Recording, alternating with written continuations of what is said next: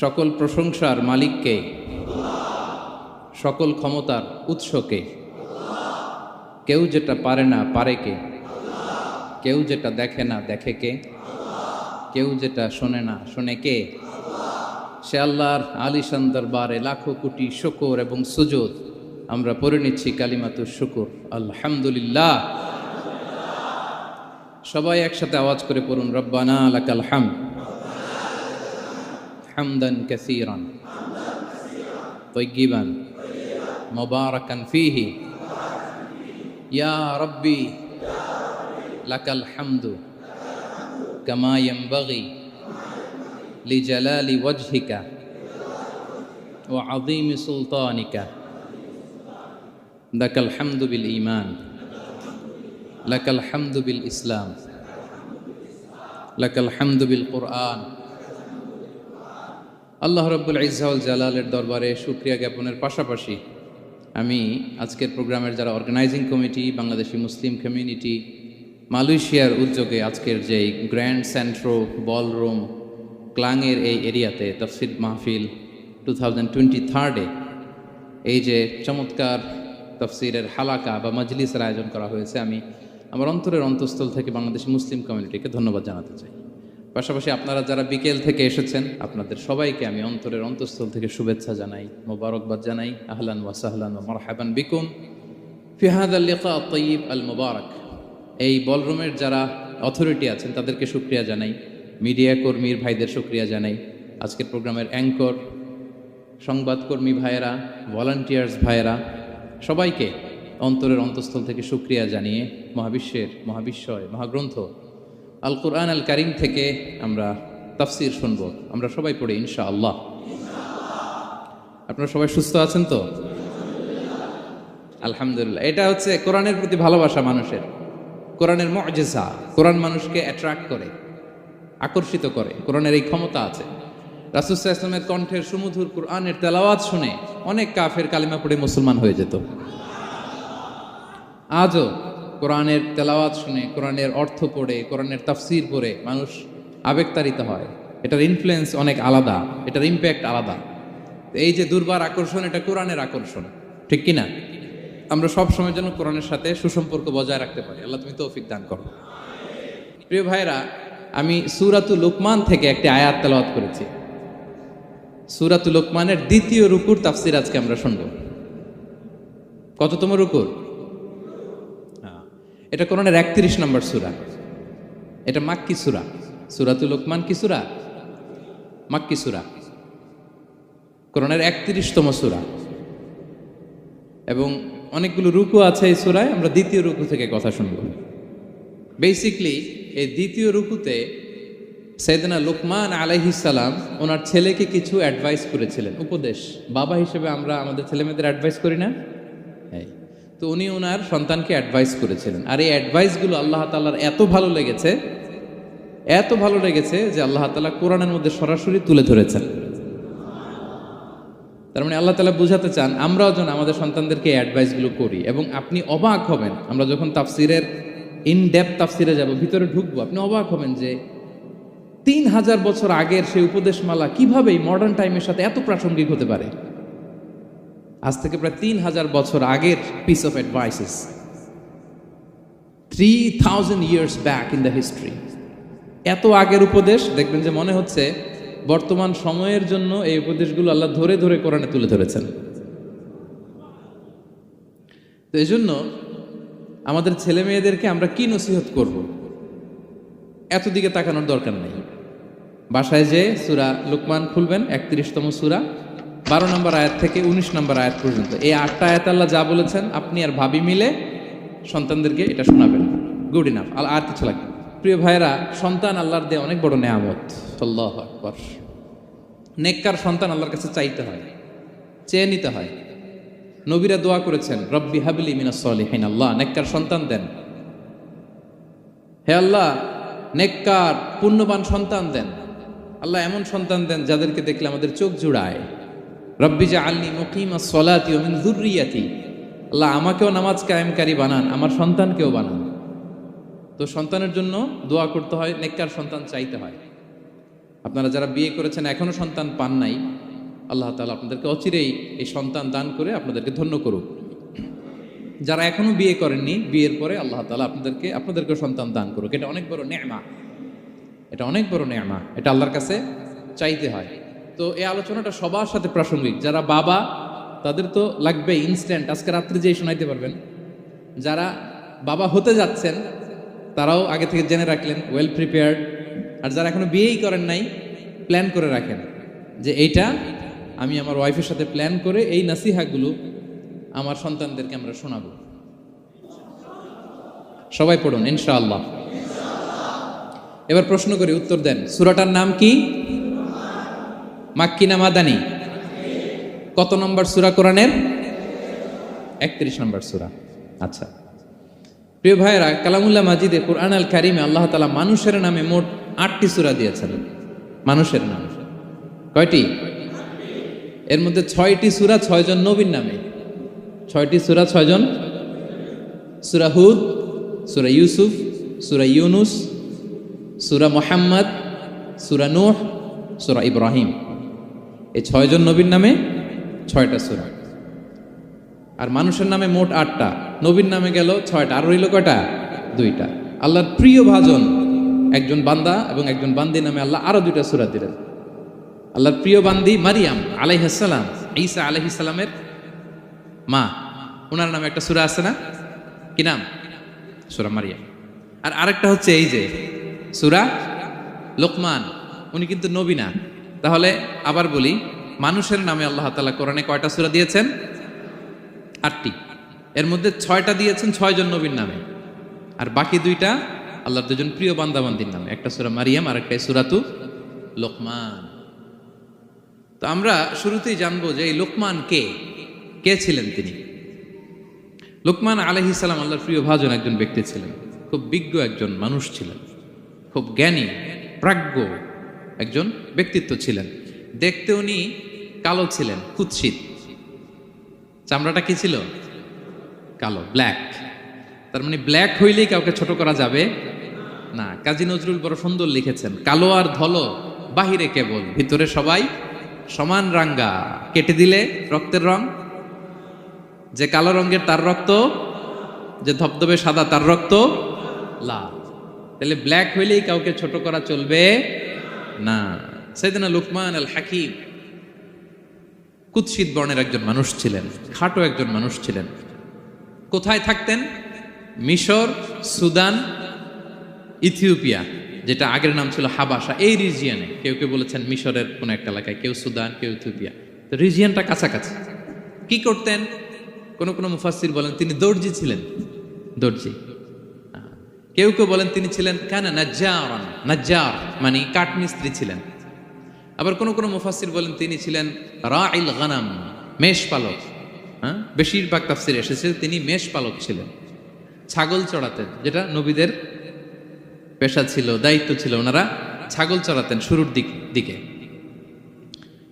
তো লোকমান হাকিম তিনিও ছাগল চড়াতেন এবং তিনি দাস ছিলেন, মুক্ত জীবন তার ছিল না।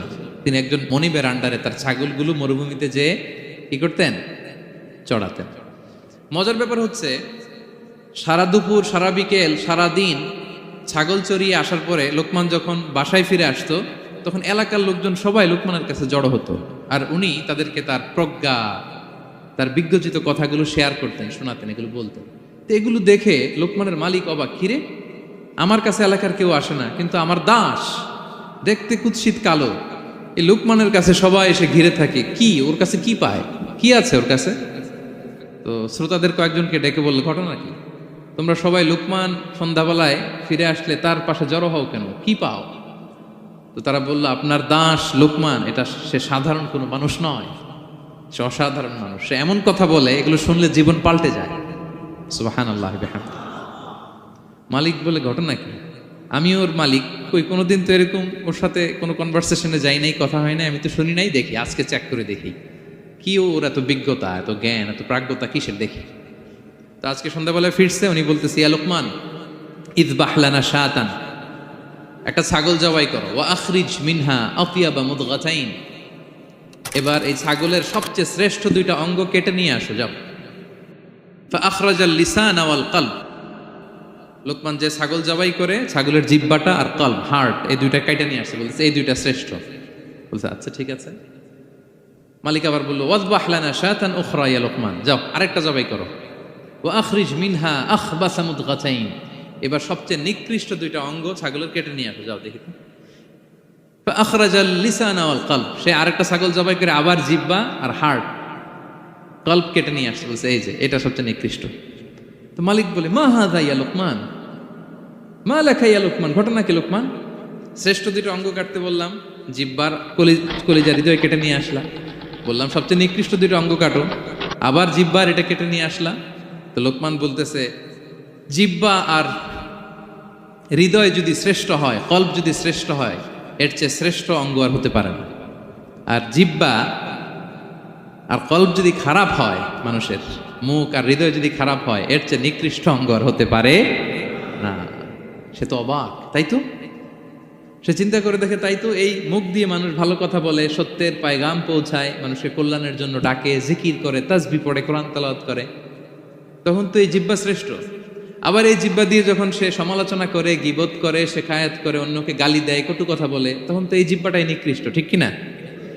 আবার এই হৃদয় দিয়ে, এখানে সিনায় যখন আল্লাহর জিকির বসায়, এই হৃদয় দিয়ে মানুষের কল্যাণের কথা চিন্তা করে, সত্যের কথা চিন্তা করে, তখন তো এটা সবচেয়ে ভালো।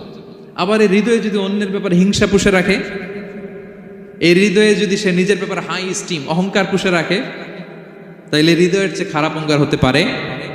মালিক অবাক হয়ে গেল, বলছে তাই তো লোকমান, আসলেই তুমি অনেক প্রাজ্ঞ, অনেক বিজ্ঞ, যাও, তোমাকে আমি আর এই বন্দিত্বের মধ্যে আটকে রাখতে চাই না, তোমাকে আমি এই ভালো কথাগুলো গণমানুষের কাছে পৌঁছে দেওয়ার জন্য আজ থেকে তোমাকে লোকমান আমি আজাদ করে দিলাম। মুক্ত জীবন পেয়ে মুক্ত বিহঙ্গের মতো তিনি উড়ে বেড়াতে লাগলেন, আর মানুষের কাছে তার এই প্রাজ্ঞ বিজ্ঞচিত কথাগুলো তিনি ছড়াতে লাগলেন।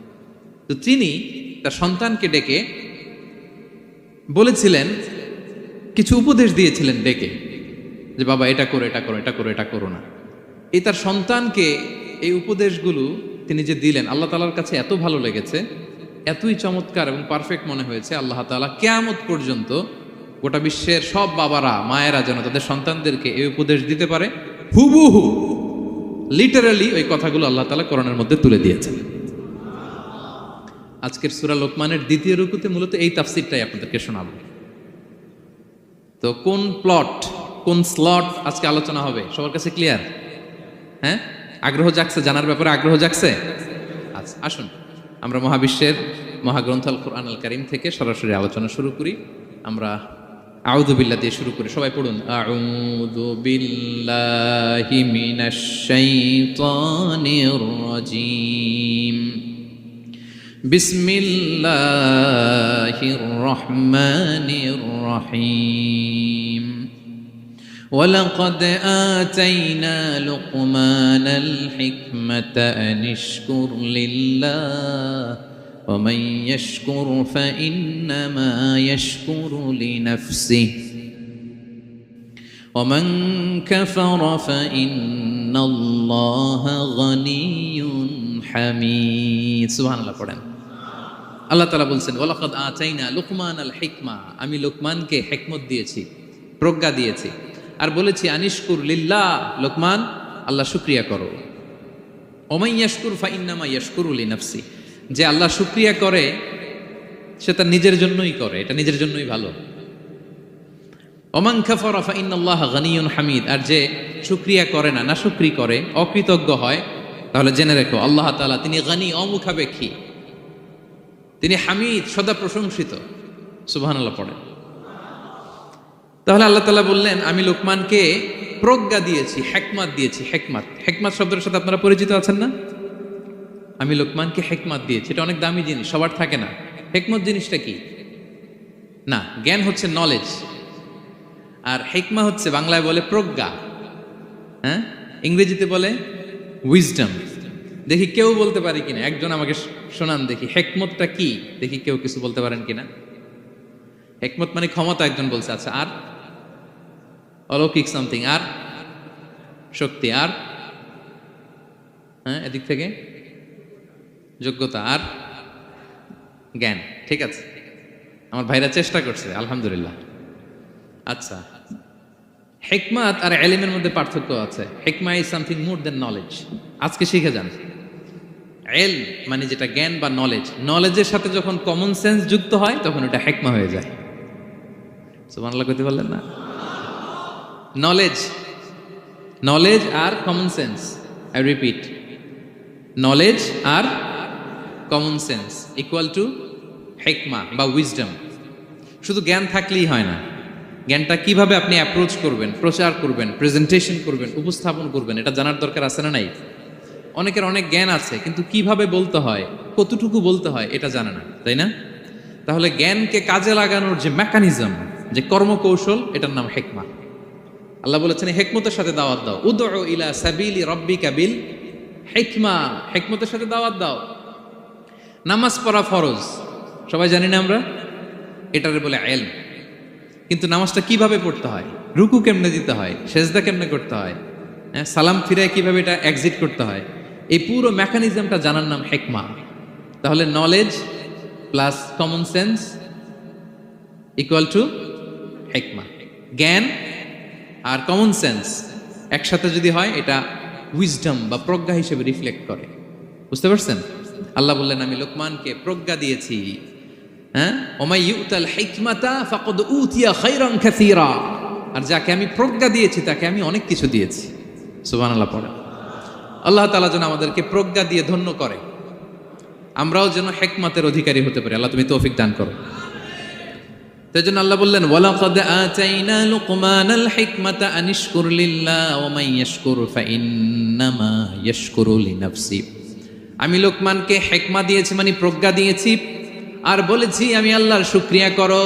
যে শুকরিয়া করে সে তার নিজের জন্যই করে, যে কুফরি করে অকৃতজ্ঞ হয় জেনে রেখো আমি আল্লাহ গানিয়ুন হামিদ। আমি গানি, অমুখাপেক্ষী, হামিদ, সপ্রশংসিত। আল্লাহ লোকমানকে বললেন আনিশকুর লিল্লাহ, আল্লাহর জন্য শুকরিয়া করো। শুকরিয়া যে করে সে তার নিজের জন্যই করে, এখানে আল্লাহর কিছু হয় না। নাকি আমরা শুকরিয়া করলে আল্লাহর ক্ষমতা 1 ইঞ্চি বেড়ে যায়? আমরা গোটা বিশ্বের সবাই সিজদায় পড়ে থাকলে আল্লাহর ক্ষমতা একটু বেড়ে যাবে না? পারবে? আর আমরা সবাই যদি সবচাইতে পাপী হয়ে যাই আল্লাহর ক্ষমতা কমে যাবে না? কমবে। তাহলে লাভ লস আল্লাহর কিছু নাই, লাভ লস সব কাদের? আওয়াজ করে সবাই বলুন, লাভ লস কাদের? শুকরিয়া করলে আমাদের লাভ। লা ইন শাকারতুম লা আযীদান্নাকুম ওয়া লা ইন কাফারতুম ইন্না আযাবি লাশাদীদ। আল্লাহ বলেন যদি তোমরা শুকরিয়া করো নেয়ামত বাড়িয়ে দেব, আর যদি কুফরি করো জেনে রেখো আমার আযাব, আমার পানিশমেন্ট, আমার শাস্তি বড় কড়া। আমি আল্লাহ সব সময় ধরি না, ধরলে ছাড়ি না। ঠিক কি না? ধরে ধরে ধরে না, ধরলে আল্লাহ ছাড়ে না। শুকরিয়া করলে তিনি বাড়াতে থাকে, দিতেই থাকে। শুকরিয়া করবেন তো পাবেন, নিয়ামতে শুকরিয়া করবেন তো পাবেন, করবেন তো পাবেন। তো শুকরিয়া করলে আমাদের লাভ, আমাদের লাভ। হাদিসে কুদসিতে আল্লাহ বলেছেন এই বানি আদম সবাই মিলে, হ্যাঁ, আলা আতকা কলবি রাজুলিন ওয়াহিদ, তোমরা যদি সবাই সবচেয়ে মুত্তাকি হয়ে যাও, ইবাদতে লুটিয়ে পড়ো সবাই, আমার কিচ্ছু পারবে না। আর তোমরা সবাই যদি আফজারি কলবি রাজুল ওয়াহিদ, সবচেয়ে নিকৃষ্ট আত্মার মানুষ হও, পাপাচারে ডুবে যাও, আমি আল্লাহর ক্ষমতার 1 ইঞ্চিও কমবে না। তাহলে শুকরিয়া করলে কাদের লাভ?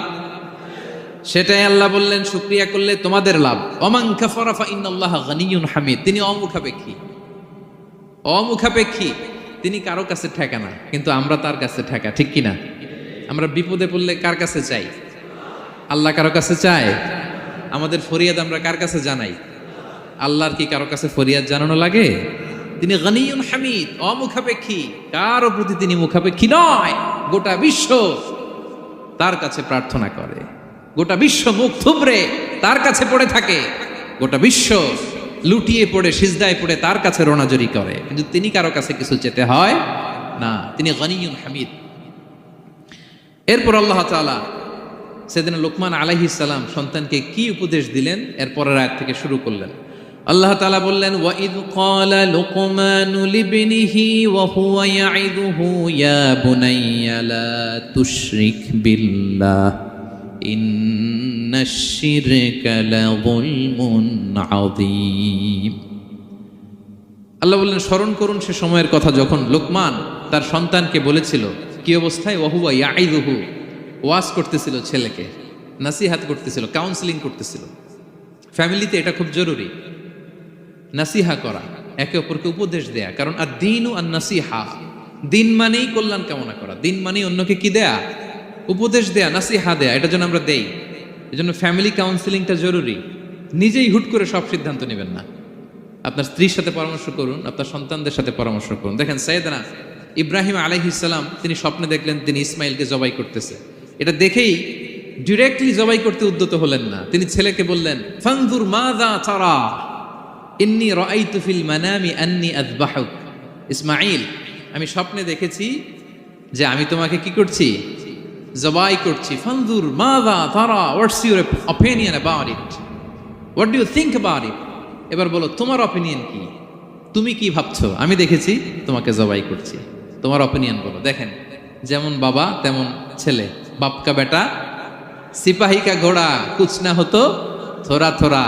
সুবহানাল্লাহি বিহামদি। যেমন বাবা তেমন ছেলে। ছেলে বলে, ইয়া আবাতি ফাআল মা তুমার, বাবা আপনি যা দেখেছেন তাই করেন। সাতাজিদুনি ইনশাআল্লাহু মিনাস সাবিরিন, আপনি অচিরে আমাকে ধৈর্যশীলদের অন্তর্ভুক্ত পাবেন। আল্লাহু আকবার। বাবা আপনি ভয় পাবেন না, বিচলিত হবেন না, আমার কারণে আপনি আল্লাহর কাছে লজ্জিত হবেন না। আপনি যেমনটি দেখেছেন তেমনটি করুন, ভয় পাবেন না, অচিরেই আপনি আমাকে ধৈর্যশীলদের অন্তর্ভুক্ত পাবেন। যেমন বাবা তেমন ছেলে, ঠিক তেমন রেসপন্স, ঠিক তেমন উত্তর। সাথে সাথে বললেন, বাবা আপনি ভয় পাবেন না, করুন। তো দেখেন, আল্লাহর নবী ইব্রাহিম আলাইহিস সালাম স্বপ্নে যেটা দেখেছেন আল্লাহর পক্ষ থেকে এসেছে। চাইলেই তো ছুরি চালাতে পারতেন, চালিয়েছেন? কি করছেন? পরামর্শ করেছেন, কাউন্সিলিং করেছেন। ফ্যামিলি কাউন্সিলিংটা খুবই জরুরি। This is the first and foremost reminder tonight. আজকের তাফসীর থেকে প্রথম রিমাইন্ডার এটা, যে বাসায় আমরা কাউন্সিলিং করব, বড় কোনো সিদ্ধান্ত নিতে গেলে পরামর্শ করব, যেমনটি নবী আলাইহিস সালাম ওনারা করেছেন, ঠিক কিনা? তাহলে সাইয়েদনা লোকমান আলাইহিস সালাম ছেলেকে উপদেশ দিচ্ছেন, আর উপদেশের ভাষা হতে হবে কোমল। দেখেন এখানে আল্লাহ তাআলা যেটা ব্যবহার করেছেন, ইয়া বুনাইয়া, যারা আরবি জানেন, বুনাইয়া শব্দটা কিন্তু সাধারণ শব্দ না। হ্যাঁ, ইবনুন থেকে বুনাই মানে খুব আদর করে ছোট্ট বাচ্চাকে আমরা যেটা ডাকি, ও আমার কলিজার টুকরা সন্তান, ও আমার সোনামণি, হ্যাঁ, ও আমার ছোট্টমণি, ও আমার বাজান, হ্যাঁ, ও আমার আব্বু। আর কি বলেন ছেলেমেয়েদেরকে আপনি? সায়া। কি এটার মানে কি?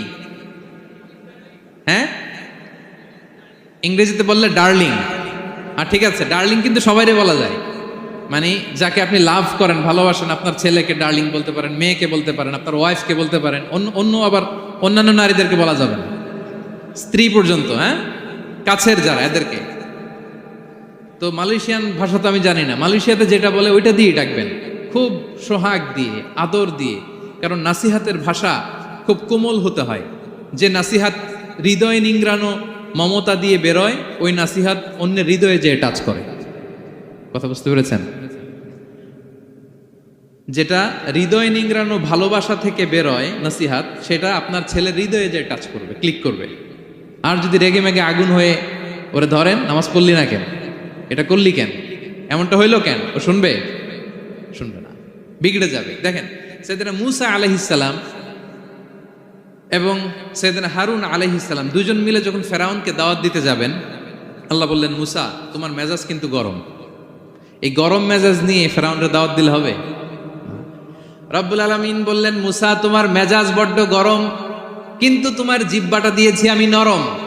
এই নরম জিহ্বা দিয়ে ফেরাউনের দরবারে যে যখন দাঁড়াবা, ফাকুলা লাহু কাওলান লাইয়িনান লাআল্লাহু ইয়াতাযাক্কারু আও ইয়াখশা। সুবহানাল্লাহ পড়েন।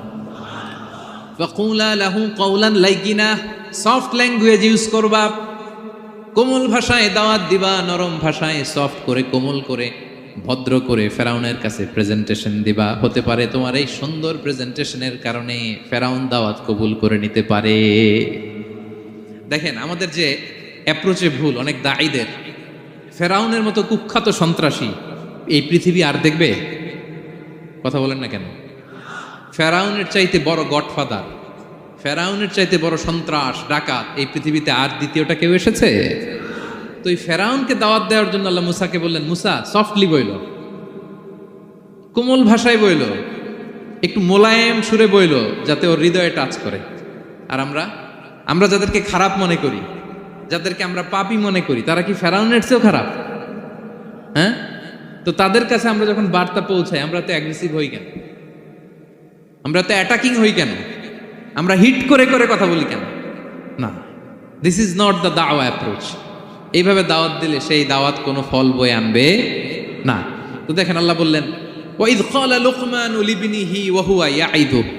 স্মরণ করুন সে সময়ের কথা যখন লোকমান তার ছেলেকে বলেছিল, ওয়াজ করে, উপদেশ দিয়ে, নাসিহা করে, ইয়া বুনাইয়া, ও আমার কলিজার টুকরা সন্তান, ও আমার সোনামণি। যত কোমল ভাষায় আপনার ছেলেকে ডাকতে পারেন, এরকম আদর দিয়ে, সোহাগ দিয়ে, হ্যাঁ, মায়া মমতা মাখা মোলায়েম কণ্ঠে ওকে ডাকবেন। ডেকে কি উপদেশ দিলেন দেখেন। সাইয়েদনা লোকমান প্রথম উপদেশ দিলেন, ইয়া বুনাইয়া, আমার সন্তান, লা তুশরিক বিল্লাহ, ও আমার কলিজার টুকরা বাবা, আল্লাহর সাথে তুমি শিরক করো না। প্রথম উপদেশ, খবরদার আমার কলিজার টুকরা সন্তান, আল্লাহর সাথে শরীক করতে যেও না। আল্লাহর সমকক্ষ কাউকে মনে করো না। আল্লাহকে যেমনি বড় মনে করো, আল্লাহকে যেমনি রিজিক দাতা মনে করো, আল্লাহকে যেমনি পালন কর্তা মনে করো, গোটা বিশ্বের কোন সৃষ্টিকে এমন মনে করো না। লা তুশরিক বিল্লাহ, শিরক করো না। প্রথম অ্যাডভাইস দেখেন, প্রথম অ্যাডভাইসটা অনেক গুরুত্বপূর্ণ। সবচেয়ে জরুরিটা আগে বলতে হয়। কি বলেন? আগে বলতেছে লা তুশরিক বিল্লাহ, ও আমার সন্তান, আল্লাহর সাথে শরীক করো না, কারণ ইন্না শিরকা লা যুলমুন আযীম, আল্লাহর সাথে শিরক বড় পাপ। এটা হচ্ছে যুলমুন আযীম, অনেক বড় জুলুম। এটা মহাপাপ, এটা অনেক বড় জুলুম। শিরকের চাইতে বড় জুলুম আর হতে পারে? শিরকের চাইতে বড় জুলুম আর হতে পারে? কারণ এই জুলুম আপনি সৃষ্টি হয়ে করতেছেন কার প্রতি? বুঝে থাকলে উত্তর দেন। এই জুলুম আপনি সৃষ্টি হয়ে কার প্রতি করতেছেন? আল্লাহর প্রতি। জুলুম কারে বলে দেখি, কে বলতে পারে? অত্যাচার আর মানুষের হক নষ্ট করা। মাশাআল্লাহ, অনেক চমৎকার, এটা জুলুম। তার মানে অধিকার নষ্ট করা। কি বলেন? অধিকার হরণ করা, এটা হচ্ছে জুলুম। ইনসাফ বিরোধী কাজ করা, এটা জুলুম। এই যে আল্লাহ তাআলা আমাদের সৃষ্টি করলেন, অস্তিত্বহীনতা থেকে তিনি আমাদের অস্তিত্ব দিলেন, আমাদেরকে রিজিক দিলেন, নেয়ামত দিয়ে আমাদেরকে ধন্য করলেন। তো আল্লাহ তাআলার অধিকার ছিল না যে তাকেই আমি সেজদা দিব? এটা তার অধিকার। এটা কার রাইট? আমরা হিউম্যান রাইটস নিয়ে কথা বলি, অ্যানিমাল রাইটস নিয়ে কথা বলি, উইমেন রাইটস নিয়ে কথা বলি। ইবাদতের অধিকারী তিনি, এটা তার অধিকার। তার জন্য আমরা সিজদায় লুটিয়ে পড়বো। তো এই সিজদা আপনি ওদিকে না দিয়ে যদি মাজারে দেন, আল্লাহর অধিকার নষ্ট করছেন না? কথা বলেন, এটা ইনসাফ হয়েছে? যিনি রিজিক দিল, যিনি সৃষ্টি করলো, যিনি নিয়ামত দিল, তার ইবাদত না করে আপনার মতো আরেকটা সৃষ্টির সামনে আপনি এরকম নমস্ত নমস্ত গান, এটা তার অধিকার হরণ হয়েছে না? এটা ইনসাফ বিরোধী হয়েছে না? এজন্য আল্লাহ বলেছেন, ইন্না শিরকা লা যুলমুন আযীম। শিরকে সবচেয়ে বড় জুলুম বলার কারণ কি? কারণ আপনি সৃষ্টি হয়ে স্রষ্টার উপর জুলুম করেছেন। এর চেয়ে বড় জুলুম আর হতে পারে? এজন্য সাইয়েদনা লুকমান আলাইহিস সালাম বললেন, ইয়া বুনাইয়া লা তুশরিক বিল্লাহ, ও আমার কলিজার টুকরা সন্তান, খবরদার খবরদার, কশিন কালেও আল্লাহর সাথে শিরক করবে না। কারণ শিরক হলো সবচাইতে বড় জুলুম, সবচেয়ে বড় পাপ, সব পাপের বাপ। এর নাম হচ্ছে শিরক। এর চেয়ে বড় পাপ হতে পারে? পাপের জগতে যদি র্যাঙ্কিং করেন, নাম্বার ওয়ান সবাই সবাই নাম্বার ওয়ান। আল্লাহ সব মাফ করে দেয়, সব গুনাহ তিনি ক্ষমা করে দেয়, সব পাপকে তিনি চাইলেই মোচন করে দিতে পারেন, শুধুমাত্র কেবলমাত্র শিরকের গুনাহ ছাড়া। ঠিক কিনা? ইন্নাল্লাহা লা ইয়াগফিরু আন ইউশরাকা বিহি ওয়া ইয়াগফিরু মা দুনা যালিকা লিমান ইয়াশা। আল্লাহ তাআলা চাইলে সব গুনাহ তোমার ক্ষমা করে দিতে পারেন, কেবলমাত্র শিরকের গুনাহ ছাড়া। এটা ক্ষমা করে না, কারণ এইটা আল্লাহকে অপমান করার শামিল। ঠিক কিনা? আল্লাহর উদাহরণ বাদ দেই, আপনার বস যে আপনাকে খুব ভালোবাসে, যে আপনাকে স্যালারির বাইরেও আরো অনেক কন্ট্রিবিউশন করে, টাকা দেয়, আদর করে, এই সুবিধা দেয়, ওই সুবিধা দেয়, আপনি উনারে শ্রদ্ধা না দেখাইয়া এই শ্রদ্ধা আপনি অন্যদের দেখান, কিন্তু উনারে শ্রদ্ধা করেন না। উনি এটা মেনে নিবে? কথা বলেন। যে আল্লাহ আপনার জীবন দিলেন, রিজিক দিলেন, সব দিলেন, গোটা জগৎটাই তো তা, সব দেওয়ার পরেও সিজদা যে আপনি কোথায় দেন?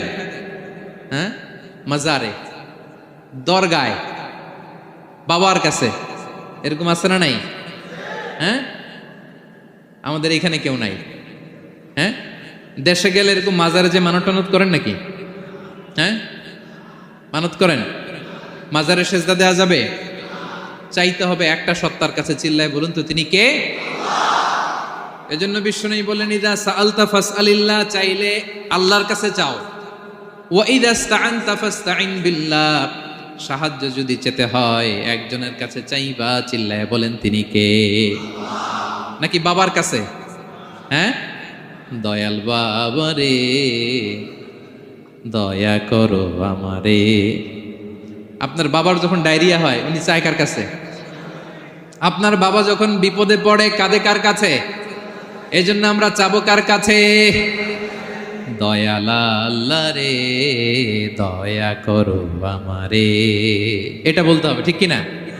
বলেন সবাই, দয়াল আল্লাহ রে দয়া করো আমারে। এজন্য এই জিনিসটা সাইয়েদনা লুকমান আলাইহিস সালাম প্রথমে ফোকাস করলেন, বললেন লা তুশরিক বিল্লাহ, ও আমার কলিজার টুকরা সন্তান, আল্লাহর সাথে শিরক করো না, খবরদার। আল্লাহর সাথে কাউকে সমকক্ষ মনে করবা না, কারণ ইন্না শিরকা লা যুলমুন আযীম, শিরিক হলো সব চাইতে বড় পাপ, মহা জুলুম। এই জুলুম আল্লাহর প্রতি করা হয়। তাহলে প্রথম উপদেশটা বুঝতে পারছেন আমার প্রিয় ভাইরা? আল্লাহর সাথে শিরক করা চলবে। চাইবো কার কাছে? সন্তান হয় না, কই চাবেন? নাকি মাজারে? মাজারে চাওয়া যাবে? বাবার কাছে চাওয়া যাবে? ছেলে সন্তান দেয় কে? মেয়ে দেয় কে? ছেলে মেয়ে দুটোই দেয় কে? ছেলেও দেয় না, আবার মেয়েও দেয় না। চিৎকার করে বলেন তো তিনি কে? আমরা তার কাছে চাইব। সব পরিস্থিতিতে আমরা একজনের কাছে চাইব, তিনি কে? আবার রব্বুল আলামিন বিশ্বনবীকে জানিয়ে দিলেন, ও নবী শোনো শোনো, তোমার আগে সব নবীকে আমি জানিয়ে দিয়েছি, লা ইন আশরাকতা লা ইয়াহবাতান্না আমালুকা ওয়া লা তাকুনান্না মিনাল খাসিরিন। তুমি যদি আল্লাহর সাথে কাউকে শিরক করে ফেলো, তোমার সব আমলগুলো বাতিল হয়ে যাবে। কিয়ামতের ময়দানে তুমি হবা খাসিরিন, ক্ষতিগ্রস্ত, কিছুই থাকবে না। কিয়ামতের ময়দানে তুমি হবা হাই হাই কোম্পানির ম্যানেজার। যদি শিরক করো তোমার আমল বাতিল, খবরদার। কিয়ামতের দিন তুমি হাই হাই করবে, অভাগা দুর্ভাগা হয়ে উঠবে। এজন্য শিরককেও আমরা না বলে দিব। শিরকের সাথে আমাদের কোনো সম্পর্ক আছে? জোরে বলেন। গুরুত্বপূর্ণ পয়েন্ট। এজন্য ছেলেকে আগে বললো, বাবা খবরদার শিরক করো না। আবার হাদিসে কুদসিতে রব্বুল আলামিন বলেন, গোলাম কিয়ামতের কঠিন ময়দানে গোটা জমিন পরিমাণ গুনার বোঝা নিয়ে যদি তুমি আমি আল্লাহর দরবারে হাজির হয়ে যাও, আর ওই গুনার বোঝার মধ্যে যদি শিরকের গুনাহ না থাকে, আমি আল্লাহ গোটা জমিন পরিমাণ ক্ষমার বস্তা নিয়ে তোমার কাছে হাজির হয়ে যাব। কথাটার ওজন দেখছেন?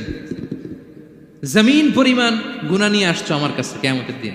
ওই গুনার মধ্যে অনেক ধরনের গুনাহ, নামাজ পড়ো নাই, রোজা রাখো নাই, এই করছো সেই করছো, কিন্তু এই গুনার বিশাল পৃথিবী পরিমাণ গুনার বোঝার মধ্যে শিরকের গুনাহ নাই।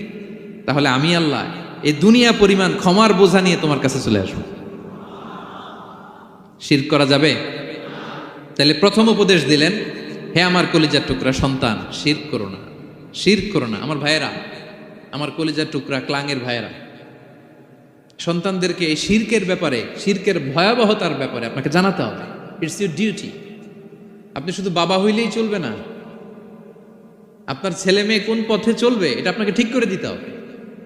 ওরা এখন ছোট, ছোট থেকে যদি এই তাকওয়ার সফটওয়্যারকে ইনস্টল করে দেন, ওই সফটওয়্যার দিয়ে তার জীবন চলবে, ঠিক কিনা?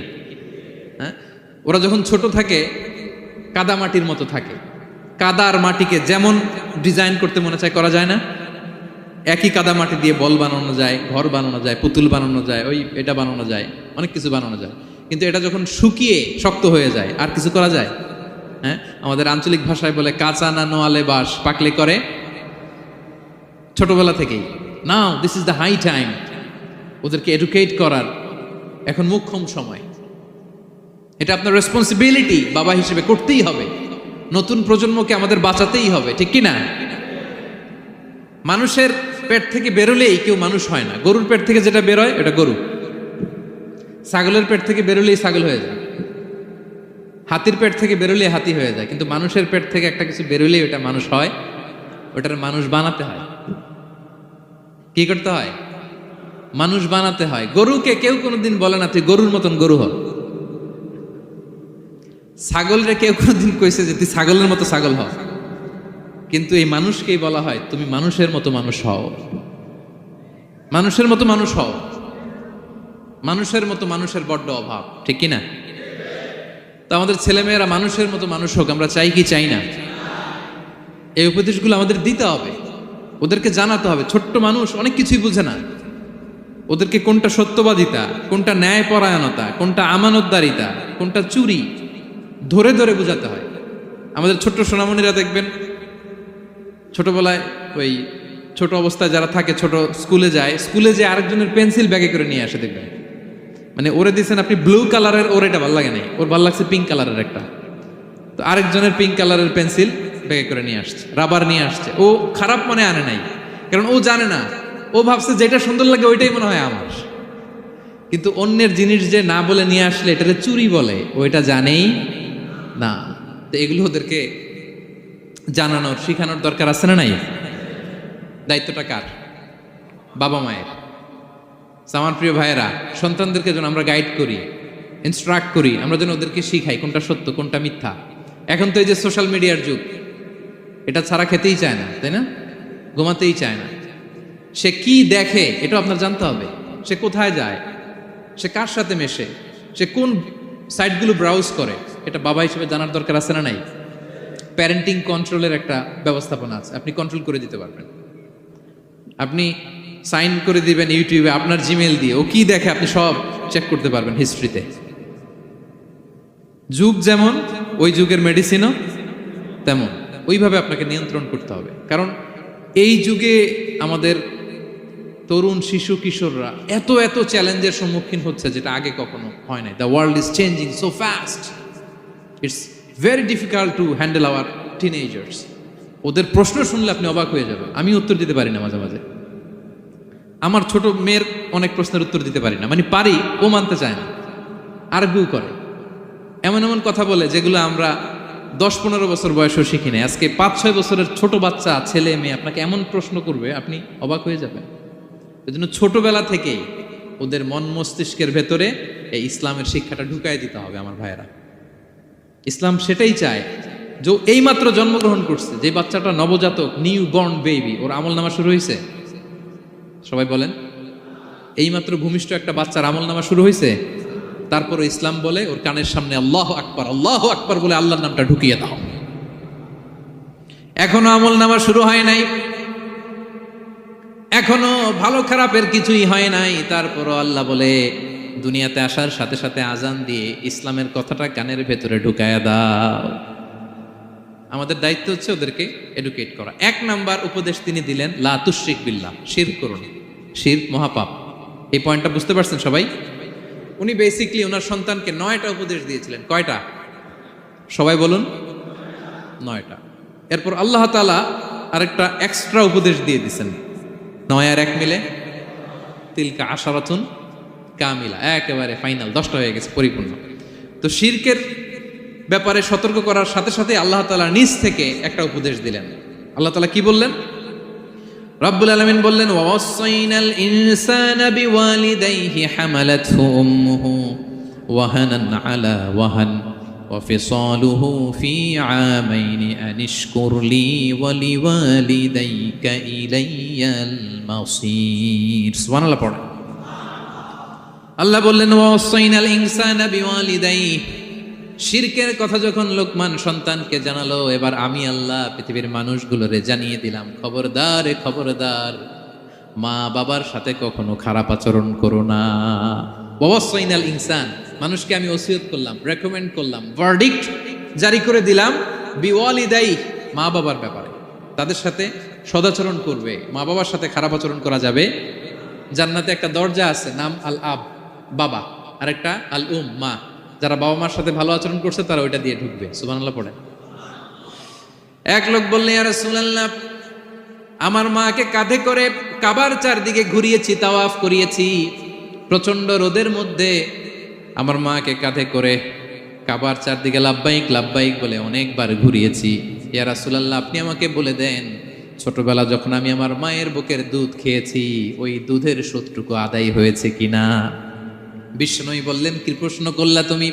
লাউ কাতাতা জিলদাক, তুমি যদি তোমার গায়ের চামড়া কেটে জুতা বানিয়ে দাও, চামড়াটা কেটে শুকিয়ে যদি জুতা বানিয়ে তোমার মায়ের পায়ের নিচে দিয়ে দাও, ছোটবেলায় মায়ের বুকের যে দুধ খেয়েছো একটা দুধের এক ঢোক দুধ খাওয়ার শোধ আদায় হবে না। এক ঢোক যে দুধ খাইছো ওইটারই শোধ আদায় হবে। খবরদার, খবরদার, বাবা মার ব্যাপারে সাবধান। বিশেষ করে মায়ের সাথে দুজনের কথাই আল্লাহ প্রথমে বললেন, এরপরে বললেন বিশেষ করে মায়ের সাথে, কারণ হামালাতহু উম্মুহু, বাবা তোমারে পেটে ধরে নাই, পেটে ধরেছে কে? ওয়াহানান আলা ওয়াহান, 10 মাস 10 দিন বোঝার পরের বোঝা, যন্ত্রণার পরে যন্ত্রণা বাবা সহ্য করে নাই, করেছে কে? এত বড় একটা পেট হয়ে গেছিল, জানেন তো? হ্যাঁ, আল্লাহ। এই পেটটা নিয়ে বারবার কিচেনে যাওয়া লাগছে, এটা নিয়ে টয়লেট করে, এটা নিয়ে গোসল করে, ঘুমাতে পারে না, শুইলে উঠতে পারে না, উঠলে বসতে পারে না। একদিন 2 দিন, 1 সপ্তাহ 2 সপ্তাহ, 10 মাস 10 দিন আমার মাকে এই কষ্ট দিয়েছে। মায়ের কলিজার মাঝখানে লাথি মেরে দুনিয়াতে এসেছে। এরপরে আল্লাহ বললেন, ওয়া ফিসালুহু ফি আমাইন, এখানেই শেষ নয়, দুধ ছাড়াতে লেগেছে 2 বছর। কয় বছর? ওগো মা, তুমি এই ধরনের শ্রেষ্ঠ নেয়ামত, তোমারই পদ তলে রয়েছে জান্নাত। ওগো মা, তুমি এই ধরনের শ্রেষ্ঠ নেয়ামত, তোমারই পদ তলে রয়েছে জান্নাত। ঠিক কিনা? দেখেন আল্লাহ মর্যাদা কোথায় বাড়ালো। আমাদের দুনিয়ার পুরুষ মানুষদের পায়ের নিচে থাকে জুতা, জুতার নিচে বালু, কার্পেট কিংবা ফ্লোর। আর আল্লাহ বলে, দুনিয়ার এক একটা মায়ের পায়ের নিচে আমি জান্নাত দিয়ে রেখেছি। এই পৃথিবীটারে 100 বার বিক্রি করলে জান্নাতের একটা চেয়ারের দাম হবে? বুঝে শুনে উত্তর দিবেন। এই পৃথিবীটাকে, পৃথিবীর যে সম্পদ, এটা এস্টিমেশন করে, হ্যাঁ, 1000 বার বিক্রি করলে যে দামটা হবে ওই দাম দিয়ে জান্নাতের একটা চেয়ারের দাম হবে? এই পৃথিবীরে 10,000 কোটি বার বিক্রি করলে যেই অ্যাসেট হবে, যে অ্যামাউন্ট হবে, ভ্যালিউ হবে, ওই দাম দিয়ে জান্নাতের একটা টেবিলের দাম হবে? আর যেই জান্নাত, পুরো জান্নাতটা মায়ের পায়ের নিচে পড়ে আছে, ওই পা দুইটার দাম কত? সুবহানাল্লাহ পড়বেন না? মা বাবার দোয়া অনেক বড় দোয়া। কখনো যেন আমরা বেয়াদবি না করি, কখনো যেন তাদের মনে কষ্ট না দেই, সবসময় যেন তাদের কাছ থেকে দোয়া নেই। পারা যাবে? এটা আল্লাহ তাআলা ঢুকিয়ে দিলেন। তাহলে সাইয়েদনা লোকমান প্রথমে বলল, বাবা শিরক করো না। এরপরে রব্বুল আলামিন বললেন, শিরকের পরে তোমাদের সবচাইতে বড় দায়িত্ব যে বাবা মা তোমাদের জন্য এত কষ্ট করেছে, তাদের সাথে খারাপ আচরণ করো না। 2টা হয়ে গেল। কয়টা? আওয়াজ করে বলেন, কয়টা? 3 নম্বরে সাইয়েদনা লোকমান আলাইহিস সালাম ছেলেকে বললেন, ইয়া বুনাইয়া ইন্নাহা ইন তাকু মিসকালা হাববাতিন মিন খারদালিন ফাতাকুম ফি সখরাতিন আও ফিস সামাওয়াতি আও ফিল আরদি ইয়াতি বিহাল্লাহ ইন্নাল্লাহা লাতীফুন খাবীর। 3 নম্বরে সাইয়েদনা লোকমান বললেন, বাবা সরিষার দানা পরিমাণ কোনো ভালো কাজ যদি তুমি করো কিংবা খারাপ কাজ যদি তুমি করো, সেটা যদি মাউন্ট এভারেস্টের উপরে উঠে করো কোনো খারাপ কাজ, আও ফিস সামাওয়াতি মহাশূন্যে যে যদি করো, আও ফিল আরদে জমিনের অতল গহ্বরে কোনো সুড়ঙ্গ বানিয়ে সেখানেও যে যদি কোনো পাপ করো, ইয়াতি বিহাল্লাহ সেটাও আল্লাহ নিয়ে আসবে। কোনো পাপ বা কোনো ভালো কাজ আকাশে উঠে, পাহাড়ে উঠে কিংবা সুড়ঙ্গ করে জমিনের ভিতরে ঢুকেও যদি করো, কিয়ামতের দিন আমলনামায় সেটা দেখতে পাবে। সুবহানাল্লাহ পড়বেন না? কারণ ইন্নাল্লাহা লাতীফুন খাবীর, তিনি হলেন লাতীফ, সূক্ষ্মদর্শী। যত ছোট কাজই করো না কেন তার চোখে ফাঁকি দেয়া যায়? তার মানে 3 নাম্বার উপদেশে সাইয়েদনা লোকমান তার ছেলেকে আল্লাহর শক্তি, আল্লাহর ক্ষমতার ব্যাপারে একটা ধারণা দিচ্ছেন। নিজের ছেলেকে তার রবকে চিনাইতে হবে। আমাদের রবকে আমাদের চিনার দরকার আছে না নাই? ছেলেকে বোঝাবেন, বাবা ওই যে তুমি মসজিদে আমার সাথে যে সেজদা দাও, কারে দাও জানো? তিনি কত বড়, তিনি কত বিশাল ক্ষমতার অধিকারী। তুমি সামান্য কোনো ভালো কাজ কিংবা খারাপ কাজ এটা যদি মহাশূন্যে উঠেও করো, পাহাড়ের চূড়ায় গিয়েও যদি করো, জমিনকে ফেড়ে সুরঙ্গের ভেতরে ঢুকেও যদি করো, তার চোখকে কঠিন কালেও ফাঁকি দেয়া যাবে। তার মানে 3 নম্বরে আল্লাহর ধারণার ব্যাপারে, শক্তির ব্যাপারে, ক্ষমতার ব্যাপারে, আল্লাহ তাআলার অথরিটির ব্যাপারে, ক্যাপাসিটির ব্যাপারে একটা স্বচ্ছ ধারণা দিয়ে দিল। তুমি জানো নাকি কোন রবের ইবাদত তুমি করো? গোটা দুনিয়ার সবার চোখকে ফাঁকি দেয়া গেল, আল্লাহর চোখকে কঠিন কালেও ফাঁকি দেয়া যায় না, ঠিক কি না? এই পৃথিবীতে সবার চোখকে ফাঁকি দেয়া যায় কি যায় না? পুলিশের চোখ, সিকিউরিটির চোখ, বিমানবন্দরে কাস্টমস অফিসারের যে অফিসার থাকে তাদের চোখ, বিভিন্ন জায়গায় বড় বড় যে সিসি ক্যামেরা থাকে, এগুলো ফাঁকি দেয়া যায়। ফাঁকি দেয়া যায় না একজনের চোখ। আওয়াজ করে বলুন তো তিনি কে? ফাঁকি দেওয়া যায়? আচ্ছা বলেন, এই ছোটবেলা থেকেই এই সেন্সেশন, এই অনুভূতি যদি, এই অনুভূতির সফটওয়্যার যদি আপনার ছেলের মাথায় ঢুকায় দেন, এই ছেলে কোনোদিন দুর্নীতি করবে? খাদ্যে ভেজাল দিবে? মাছে ফরমালিন দিবে? প্রতিবেশীকে কষ্ট দিবে? অনিয়ম করবে? অন্যের অধিকার হরণ করবে না। এজন্য ছোটবেলা থেকেই তার রবকে চিনাই দিতে হবে, রবকে চিনাই দিতে হবে। 3 নম্বরে ছেলেকে তিনি বললেন, বাবা অতি ক্ষুদ্র ভালো কাজ কিংবা খারাপ কাজ যেখানেই করো না কেন, কিয়ামতের দিন সেটা তুমি দেখবা। তার মানে তখন থেকে সে বুঝবে, আমি যাই করি না কেন, ভালো করলে এটার একটা প্রতিদান, একটা রিওয়ার্ড আমি পাবো, ঠিক না? আর খারাপ যদি করি এটার শাস্তি আমাকে ভোগ করতেই হবে। আল্লাহর সুপ্রিম কোর্টের কাঠগড়ায় আমাকে দাঁড়াতেই হবে। নিক্তি পাল্লা, মাওয়াজিন আল কিসত, ন্যায়ের মানদণ্ড আল্লাহ সেদিন স্থাপন করবেন। আমরা যেটা মিজানের পাল্লা বলি, এটা মূলত ন্যায়ের মানদণ্ড। সামান্য ক্ষুদ্রতে ক্ষুদ্র জিনিস দিলেও ওইখানে টের পাওয়া যায়। সুবহানাল্লাহ পড়েন। আচ্ছা, আমরা যে চাল কিনি, ডাল কিনি, ধরেন 10 কেজি চালের একটা বস্তা কিনছি, দেখবেন যে অনেক সময় মাপটা একুরেট হয় না। 10 কেজির চেয়ে হয়তো একটু বেশি অথবা হয়তো একটু কম, এরকম হয় না অনেক সময়? 5 কেজি কিনছেন এক দোকান থেকে, আরেক জায়গায় যে ভালোভাবে মাপ দিয়ে দেখবেন যে একটু বেশি হয়েছে অথবা একটু কম হয়েছে, ঠিক কিনা? আল্লাহ যে মিজানের পাল্লা সেদিন বসাবেন, ওইখানেও তো এরকম হবে। হ্যাঁ, কেমন হবে? فَمَن يَعْمَلْ مِثْقَالَ ذَرَّةٍ خَيْرًا يَرَهُ। পড়ুন, وَمَن يَعْمَلْ مِثْقَالَ ذَرَّةٍ شَرًّا يَرَهُ। ক্ষুদ্রাতি ক্ষুদ্র জাররা তথা অনুপরিমাণ ভালো যদি করো, সেটাও সেদিন নিক্তি পাল্লায়, মিজানের দাড়ি পাল্লায় দেখতে পাবা। ক্ষুদ্রাতি ক্ষুদ্র খারাপও যদি করো, সেদিনও মিজানের পাল্লায় সেটা তুলে দিবে কে? জাররা মানে খুবই ক্ষুদ্র। কতটুকু ক্ষুদ্র আমি উদাহরণ দিয়ে বুঝাই। শীতের সকালে টিনের ঘরে যারা কোনোদিন থেকেছেন, এখানে তো শীত নাই, মালয়েশিয়াতে সারা বছর গরম। শীতের সিজনের কথা মনে আছে তো আপনাদের? না মালয়েশিয়ায় থাইকা সব ভুলে গেছেন? শীতকাল শীতকাল মনে আছে? হ্যাঁ, শীতের সকালে টিনের ঘরে যদি কখনো থাকেন, দেখবেন যে টিনের ঘরে ছিদ্র থাকে, ওই ছিদ্র দিয়ে সূর্যের আলো ঢোকে, রশ্মি। মনে পড়ছে? শীতের সকাল, টিনের ছিদ্র দিয়ে দেখবেন চিকন একটা সূর্যের রশ্মি ঢুকছে। ওইটার কাছে গেলে দেখা যায় সামান্য ধুলাবালি, কেমন যেন ডাস্ট উড়ে এটার মধ্যে। অন্যদিকে কিন্তু দেখা যায় না, এদিকে নাই, কিন্তু ওই ছিদ্রটার কাছে গেলে দেখা যায় আলো যেদিক থেকে পড়ছে নিচ পর্যন্ত পুরোটার মধ্যে ধূলিকণা। আসলে ধূলিকণা কি শুধু এদিকেই না, পুরা ঘরেই আছে। ওইদিকে আলো পড়ছে, ওইটা দেখা যায়। ওই যে ছোট্ট সূর্য রশ্মির মধ্যে কাছে গেলে যে ছোট্ট ছোট্ট ধূলিকণা দেখা যায়, ওইটার নাম হচ্ছে যাররা। যাররা, ফামান ইয়ামাল মিসকালা যাররাতিন খাইরান ইয়ারা।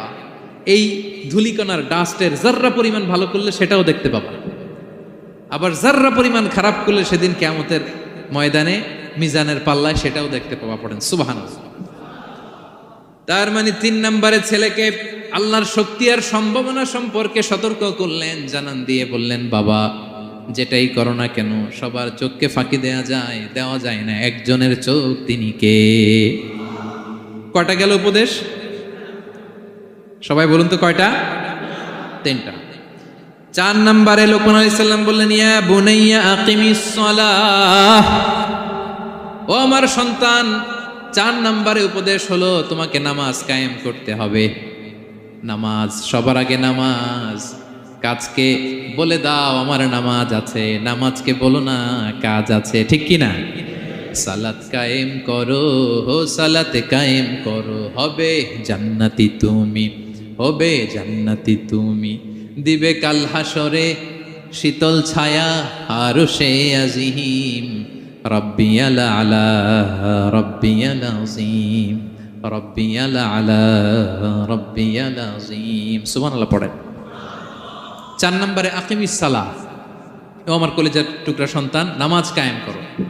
নামাজ, নামাজ কিয়ামতের ময়দানে সর্বপ্রথম যে জিনিসটার হিসেব আল্লাহ চাইবেন ওটা কি? সবাই বলেন একসাথে, সেটা কি? বিশ্বনবী ইন্তেকালের আগে বললেন, আস-সালাত আস-সালাত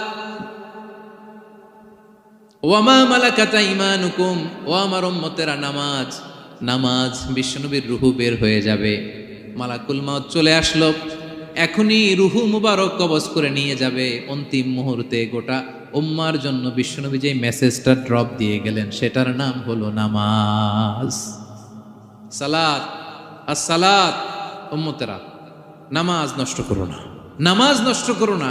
আউয়ালু মা ইউহাসাবু বিহিল আবদু ইয়াউমাল কিয়ামাতি আস-সালাহ, কিয়ামতের ময়দানে সর্বপ্রথম আল্লাহ যে জিনিসটার হিসাব চাইবেন সেটা কি? ফা ইন সলুহাত সলুহা সাইরু আমালি, এটা যদি ঠিক হয়ে যায় পুরো আমলনামা ঠিক হয়ে যাবে। ওয়া ইন ফাসাদাত ফাসাদা সাইরু আমালি, নামাজের হিসাব দিতে যেয়ে যদি আপনার গন্ডগোল লেগে যায় আপনার পুরো আমলনামাটারে গন্ডগোল করে দিবে কে? এজন্য সবার আগে সালাত।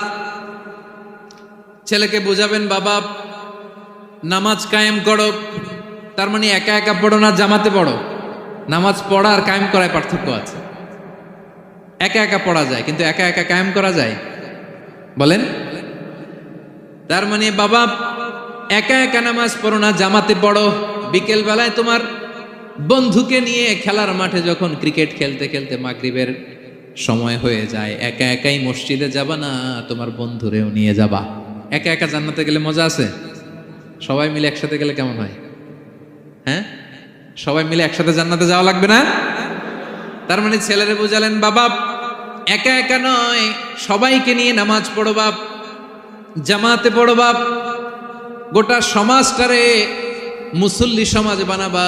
এটার নাম হচ্ছে ইকামাতুস সালাহ। ছেলেকে বললেন আকিমিস সালাহ, ও আমার কলিজার টুকরা বাজান নামাজ কায়েম করো। বিষ্ণু ঈসা ইসলাম বললেন, মুরু সুবিয়ানাকুম বিস-সালাতি ওয়া হুম আবনাউ 7 সিনিন, তোমাদের ছেলে মেয়েদের বয়স যখন 7 হয় তখন থেকে নামাজের আদেশ করো। ওয়াদরিবুহুম আলাইহা, আর তাদেরকে শাসন করো। ওয়াদরিবুর অনেক অর্থ হতে পারে, শাসন করো, একটু রূঢ় আচরণ করো, প্রয়োজনে মৃদু প্রহার করো। যখন তাদের বয়স হয়ে যায় 10,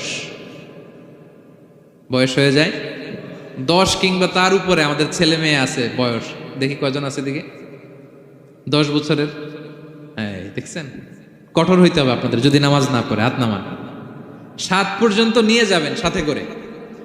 বয়স যখন 7 হয়, বারবার যখন সালাতের কথা বলবেন সাথে করে নিয়ে দাঁড়াবেন। জুমার দিন মসজিদে নিয়ে যাবেন, মাঝে মাঝে নামাজে নিয়ে যাবেন। 7, 8, 9 এই 3 বছরের ট্রেনিংয়ে 10 বছর তো এমনি পাক্কা নামাজে হয়ে যাবে, ঠিক কি না? নাকি বলবেন হুজুর আমি তো পড়ি না, আমারই তো খবর নাই। হ্যাঁ, ছেলেরা যে বলবো বাবা নামাজ কায়েম কর, এর আগে কিন্তু নিজের মুসল্লি হইতে হবে। এটা বুঝতে পারতেছেন তো? হ্যাঁ, ছেলেকে বলতে হইলে আগে নিজের মুসল্লি হইতে হবে। নামাজের ব্যাপারে নো কনসিডারেশন, কোনো ছাড় নাই। সালাত আপনাকে পড়তেই হবে যে কোনো পরিস্থিতিতে। এজন্য 7 বছর বয়স থেকে বিশ্বনবী ওয়ার্নিং দিতে বলেছেন। 10 বছর বয়স হলে প্রয়োজনে রূঢ় আচরণ করো, শাসন করো, প্রয়োজনে মৃদু প্রহার করো। খবরদার, খবরদার। একসাথে মাঝে মাঝে নিজেরাও ঘরে করবেন। মসজিদে তো যাবেনই, বাইরে বৃষ্টি, যেতে পারছেন না, নিজেই ইমাম হয়ে দাঁড়ায় যান। আপনার ছেলে দুইজন আপনার পিছনে দাঁড়াবে, আপনার স্ত্রী আর মেয়েরা তার পরের কাতারে দাঁড়াবে। হ্যাঁ, নারী পুরুষ একই কাতারে দাঁড়াতে পারে না। অথবা আপনার ছেলেটার ইমাম বানায় দেন, ও নামাজ পড়াইতেছে, আপনারা পড়তেছেন, ভালো লাগবে না? A family that prays together stays together, ইংরেজিতে একটা কথা বলি, a family that prays together stays together. যে ফ্যামিলি একসাথে নামাজ পড়ে, এই ফ্যামিলি একসাথে টিকে থাকে শান্তিতে অনেক দিন, ঠিক কিনা? এজন্য ঘরে মাঝে মাঝে জামাতে নামাজ পড়বেন, ঘরটারে বরকত দিয়ে পূর্ণ করে দিবে কে? এজন্য সাইয়েদনা লোকমান বললেন, আকিমিস সালাহ, আমার কলিজার টুকরা সন্তান, নামাজ, নামাজ নষ্ট করো না, নামাজ নষ্ট করো না। অনেক ফ্যামিলি আছে, অনেক ফ্যামিলি নিজেও নামাজি, ছেলে মেয়েদেরকেও নামাজের কথা বলে, পড়ায়, জোহর পড়তে দেয়, আসর পড়তে দেয়, মাগরিব পড়তে দেয়, এশা পড়তে দেয়, ফজর পড়তে দেয় না। ফজর নিয়ে টেনশন নাই, কেন? বলতেছে ঘুমায় হুজুর। কি করে? আমার কলিজার টুকরা সন্তান ঘুমায় হুজুর, কাঁচা ঘুম কেমনে ভাঙ্গাই? আচ্ছা, ফজরের সময় যদি আপনাদের কন্ডোমিনিয়ামে আগুন লাগে কি করবেন? ফজরের সময় লাগছে আগুন, আর একটু ঘুমাক, কাঁচা ঘুম। হ্যাঁ, বলবেন বলবেন, কথা বুঝে নাই বোধহয়। যে বাবা মারা মনে করে সকালে কিভাবে ডাকি, উঠতে চায় না হুজুর, কাঁচা ঘুম, কষ্ট হয়ে যায়, ফজরের সময় যদি আগুন লেগে যায় আপনার ঘরে কি করবেন? আরেকটু ঘুমাক, কাঁচা ঘুম। দুনিয়ার আগুন থেকে নিজের সন্তানকে বাঁচানোর জন্য যেমনি ডেকে উঠান, দুনিয়ার আগুন থেকে রক্ষা করার জন্য যেমনি ডাকেন, উঠায় নিয়ে আসেন, জাহান্নামের কঠিন আগুন থেকে বাঁচানোর জন্য ফজরের সময়ও ডাকার দরকার আছে না নাই? দুনিয়ার আগুনের চেয়ে কমপক্ষে 70 গুণ বেশি তেজওয়ালা। হ্যাঁ, বিষ্ণু বলেন, নারুকুম তুকিদুন, যে আগুন দিয়ে কিচেনে রান্না করো, জাহান্নামের আগুন কিন্তু এই আগুন নয়। জাহান্নামের আগুন দুনিয়ার আগুনের চাইতে কমপক্ষে 70 গুণ বেশি তেজওয়ালা। তাহলে ফজরের সময় ডাকবেন তো ছেলে মেয়েকে? হ্যাঁ, নিজেও পড়বেন, ছেলে মেয়েদেরকেও ডাকবেন। আকিমিস সালাহ। 4 নম্বরে বললেন, বাবা নামাজ কায়েম করো, নামাজ, নামাজ ছেড়ে দিও না। 5 নম্বরে বললেন, ওয়ামুর বিল মারুফ, ভালো কাজের আদেশ করো। 6 নম্বরে বললেন, ওয়ানহা আনিল মুনকার, খারাপ কাজ থেকে নিষেধ করো। দেখেন কি বাবা ছিল সাইয়েদনা লোকমান। ছেলেরা বললেন, নামাজ পড়ার পরে বললেন, ওয়ামুর বিল মারুফ, ভালো কাজের আদেশ করবা, ভালো কাজের আদেশ করো। ওয়ানহা আনিল মুনকার, মন্দ কাজ থেকে নিষেধ করো। আমরা অনেকে নিজেরাই ভালো করি, নিজেরাই ভালো কাজ করি, অন্যদেরকে বলি না, এরকম আছে না নাই? সমাজে পাপ হলে, অন্যায় হলে আমরা কথা বলতে চাই না, এরকম আছে না নাই? নিজেই নামাজ পড়বে, চোখ বন্ধ করে তাসবিহ পড়তে থাকে, কিন্তু মুসলিম উম্মার উপর কারবালা হয়ে যাচ্ছে, তার কোনো টেন নাই, এরকম আছে না নাই? গোটা বিশ্বে মুসলমানদের উপর দিয়ে কি যাচ্ছে, সমাজে কি চলছে তার কোনো আন্দাজ নাই, খোঁজ খবর নাই, শুধু নিজেই জিকির করে, এরকম আছে না নাই? না, আযাব আসলে, গজব আসলে শুধু এই কাফির মুশরিকদেরই মারে না, মুমিনদেরও মারে, ঠিক কিনা? আল্লাহ বলে, ওই আযাবকে ভয় করো, ওয়াত্তাকু ফিতনাতাল লা তুসিবান্নাল্লাযীনা যালামু মিনকুম খাসসা। ওই আযাবকে ভয় করো, এই শাস্তিকে ভয় করো, যে শাস্তি যখন আমি পাঠাই, ওই শাস্তি দিয়ে শুধু জালেমদেরকে মারি না, আলেমদেরকেও মারি, ঠিক কিনা? কারণ তুমি আলেম হয়ে বসেছিলা কেন? তুমি সমাজকে বাঁচাও নাই কেন? শুধরে দাও নাই কেন? শুদ্ধাচারের অভিযানে তুমি নামো নাই কেন? ঠিক কিনা? তুমি একা একা জিকির করে তোমার আল্লাহর ওলি হইতে বলছে কে? গোটা সমাজকে তোমার বাঁচাতে হবে। একটা জাহাজ 2 তলা, আপনি আছেন 2য় তলায়, নিচ তলায় একদল লোক জাহাজের তলা ছিদ্র করতেছে। জাহাজের তলায় ছিদ্র করলে কি ঢুকে? তা আপনি যদি বলেন ওরা নিচে আছে ছিদ্র করতেছে, ওরা করুক, আমি থামাবো কেন? আমার তো দোষ নাই, আমি তো ছিদ্র করি নাই। ছিদ্র করছে কারা? ওরা। পানি ঢুকলে ওরা মরবে, আমি তো বেঁচে যাবো। বাঁচবে?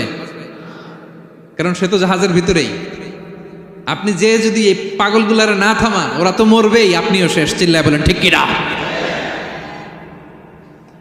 এজন্য সমাজে যখন পাপ হয়, অন্যায় হয়, দেখা মাত্রই আপনাকে থামাতে হবে।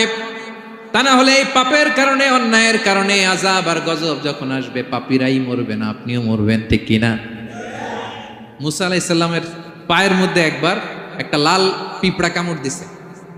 এই সাইজের যে লাল পিঁপড়াগুলো কামড় দিলে খুব আরাম লাগে না? কেমন লাগে? হ্যাঁ, খুব ব্যথা করে, প্রচন্ড ব্যথা করে। তো মুসা আলাইহিস সালামের মেজাজ কি নরম না গরম? খুব তাড়াতাড়ি রেগে যেতেন। এক এক নবীর এক এক অ্যাট্রিবিউটস ছিল, হ্যাঁ, এক এক বৈশিষ্ট্য ছিল। উনি অনেক রেগে যেতেন। উনি থাপ্পড় মেরে একবার ফেরাউনের বাবুর্চিকে দুনিয়া থেকে শেষ, এক থাপ্পড়, এত শক্তি। সেই বুখারীতে এসেছে মালাকুল মাউতকে মারছিলেন একটা। ওই যে ছোটবেলা থেকে মারার অভ্যাস, ছোটবেলায় কার গালে দিছিল জানে না বোধহয়? ফেরাউন। অন্যায় দেখলেই ছোটবেলায় ফেরাউনের গালে দিছে একটা, বড় হয়ে ফেরাউনের বাবুর্চির একটা, এরপরে মালাকুল মাউতকেও একটা। এর কারণ মালাকুল মাউত আবার মালাকুল মাউতের মতো আসেনি, মানুষের আকৃতিতে এসেছিল। তো পারমিশন না নিয়ে ঢুকছে। উনি ভাবছে এমনি মানুষ, কিরে পারমিশন নিলি না কেন? তো মুসা আলাইহিস সালামের পায়ের মধ্যে লাল পোকা, লাল পিঁপড়া কামড় দিছে, প্রচন্ড ব্যথা পাইতেছে আর ডলতেছে আর রেগে গেছে। রেগে তাকায় দেখে এদিকে লাল পিঁপড়ার বাসা, যে পা দিয়ে ডোলে সবগুলোরে মেরে ফেলছে। তো ঘটনাটা ছিল মুসা আলাইহিস সালাম আল্লাহকে জিজ্ঞেস করছিলেন, এই ঘটনাটা আল্লাহ কেন ঘটাইছে, আল্লাহকে জিজ্ঞেস করছিলেন, আল্লাহ আযাব যখন কোনো এলাকায় পাঠান তখন তো শুধু জালিমরাই মরে না, ভালো লোকগুলাও তো মারা যায়। তো এই আযাবে ভালো লোকগুলা কেন মরে? আল্লাহ উত্তর দেয় না, এই ঘটনা ঘটাই দিছে। পিঁপড়া যখন কামড় দিছে রেগে সবগুলো মেরে ফেলছে। আল্লাহ বলে, মুসা কামড় দিছিল কয়টা? কয় আল্লাহ একটা। তো ওগুলোর মারলা কেন? অ্যাকশনে যখন যায় এত কিছু দেখে অ্যাকশন নেওয়া যায় না। এজন্য আল্লাহ বলেন, ওয়াত্তাকু ফিতনাতান লা তুসিবান্নাল্লাযীনা যালামু মিনকুম খাসসা। ওই ফিতনাকে মানে ওই আযাবকে ভয় করো, যে আযাব যখন আসবে শুধু খারাপ লোকগুলার উপরে আসবে না, ভালো লোকগুলাও বাঁচতে পারবে। কারণ ভালো মানুষরা আশেপাশের লোকদেরকে ভালো বানায় নাই কেন? একা নামাজ পড়েছো কেন? নামাজের দাওয়াত দাও নাই কেন? নিজে হালাল খাইছো, সমাজটারে হালাল দিয়ে বিনির্মাণ করো নাই কেন? এজন্য আযাব আসলে শুধু জালেমদের উপরে আসে না, আলেমদের উপরে আসে, খবরদার। এজন্য ছেলেরে বললেন, বাবা শুধু নামাজ পড়লেই হবে না, ওয়া'মুর বিল মা'রুফ, ভালো কাজের আদেশ করবা, ওয়ানহা আনিল মুনকার, খারাপ কাজ থেকে নিষেধ করবা। এটা আসলে দায়িত্ব হচ্ছে সরকার প্রধানের। যারা ক্ষমতার চেয়ারে বসে তাদেরকে আল্লাহ 4 দফা মূলনীতি দিয়েছেন। আল্লাযীনা মাক্কান্নাহুম ফিল আরদি আকামুস সালাতা ওয়া আতাউজ যাকাতা ওয়া আমারু বিল মা'রুফি ওয়া নাহাউ আনিল মুনকার ওয়ালিল্লাহি আকিবাতুল উমুর। আল্লাহ বলেন, যাদেরকে আমি ক্ষমতার চেয়ারে বসাই 4টা দায়িত্ব তাদেরকে দেই। তাদের প্রধান কাজ নামাজ কায়েম করবে, সমাজে যাকাত আদায় করবে, ভালো কাজের আদেশ করবে, তারপরে মন্দ কাজের নিষেধ করবে। ক্ষমতার চেয়ার যারা পায় তাদের জন্য মূলনীতি এটা। তো এরা তো করে না, আমাদের কি করতে হবে, ঠিক কিনা? ভালো কাজের আদেশ করতে হবে, মন্দ কাজের নিষেধ করতে। বিষ্ণু ইসলাম বললেন, মান রাআ মিনকুম মুনকারা, চোখ দিয়ে যে সমাজে খারাপ দেখে, ফালিয়ুগাইয়িরহু বিয়াদিহি, সেজন্য হাত দিয়ে ঠেকিয়ে দেয়, হাত দিয়ে। ফাইন লাম ইয়াস্তাতি' ফাবিলিসানি, হাত দিয়ে না পারলে মুখ দিয়ে। কারণ আপনার অনেক সময় এরকম পরিস্থিতি নাও হতে পারে যে আপনার এত পাওয়ার নাই যে আপনি হাত দিয়ে থামাই দিবেন, এরকম হয় না? অক্ষম, আমি পারি না। তখন মুখ দিয়ে কিভাবে পরিবর্তন করবেন বলেন, নাসিহা করেন, কাউন্সিলিং করেন, জনমত গড়ে তোলেন। ফাইন লাম ইয়াস্তাতি' ফাবিকলবিহি, হাত দিয়েও থামাতে পারলেন না, মুখ দিয়েও প্রতিবাদ করতে পারলেন না, বিশ্বনবী বললেন অন্তত অন্তর দিয়ে সেটাকে ঘৃণা করবা। অন্তর দিয়ে ঘৃণা করো, অন্তর দিয়ে এটাকে পরিবর্তন করে দেওয়ার প্ল্যান করো, হৃদয়ে হৃদয়ে। ওয়াযালিকা আদাফুল ঈমান, এটা হচ্ছে ঈমানের সর্বনিম্ন স্তর। এর নিচেও যদি যান, মানে আপনার দিলেও লাগে না, বিষ্ণু বলে তাহলে তোমার অন্তরে ঈমানের ছিটে ফোঁটা নাই। চিল্লা এখন, ঠিক কিনা? এজন্য ভালো কাজের আদেশ করো, মন্দ কাজের নিষেধ করো। নামাজের পরপর সাইয়েদনা লোকমান বললেন, বাবা নিজেই ভালো করো না, সমাজে ভালো ছড়িয়ে দাও। ছড়াই দিতে হবে, ভালোকে ছড়াই দিতে হয়, সঙ্গবদ্ধ জীবন যাপন করতে হয়, আপনাকে দাঁড়াতে হবে, আপনাকে হিম্মত করতে হবে। হিম্মতটাই হচ্ছে ইসমুল আযম, ইসমুল্লাহিল আযম। ইসমে আযম মানে আল্লাহর এমন একটা নাম যেটা দিয়ে দোয়া করলে আল্লাহ কবুল করে। এটা কি? কেউ বলে ইয়া হাইয়ু ইয়া কাইয়ুম, কেউ বলে ইয়া রহমান ইয়া রাহিম। অনেক মুফাসসিরিন, অনেক মুহাদ্দিসিন এক একটা বলছে যে এইটা হতে পারে, এটা হতে পারে। অনেকে বলছে হিম্মতটাই হচ্ছে ইসমে আযম। তুমি হিম্মত করে আল্লাহর কাছে চাও, গোটা দুনিয়া পাল্টে যাবে, ঠিক কিনা? এজন্য সমাজের পরিবর্তনের জন্য আপনাকে আগে আসার দরকার আছে না নাই? ছেলেকে দেখেন, সুবহানাল্লাহ বিহামদি, কিভাবে ছেলেরে গড়ে তুলতে হয়। প্যারেন্টিং লেসন ফ্রম সূরা লোকমান। কিভাবে আপনি প্যারেন্টিং লেসন বের করে আনবেন, বাবা হিসেবে কিভাবে আপনি ছেলেকে গড়ে তুলবেন? নামাজের পরপর সাইয়েদনা লোকমান বললেন, ভালো কাজের আদেশ করবা, মন্দ কাজের নিষেধ করবা। এরপরে বললেন, ওয়াসবির আলা মা আসাবাক ইন্না যালিকা মিন আজমিল উমুর। লোকমান বললেন, ওয়াসবির আলা মা আসাবাক, বিপদে ধৈর্য ধরো। কারণ লোকমান আলাইহিস সালাম ভালো করেই জানেন যে নামাজ কায়েমের আন্দোলন করে, যে সত্যের পথে আহ্বান করে, যে অন্যায় কাজে বাধা দেয়, সমাজ তারে ওয়েলকাম করে না। তার জীবনে দুঃখ আছে, তার জীবনে দুঃখ আছে। তার উপরে হামলা হতে পারে, মামলা হতে পারে, তাকে দেশ ছাড়া করা লাগতে পারে।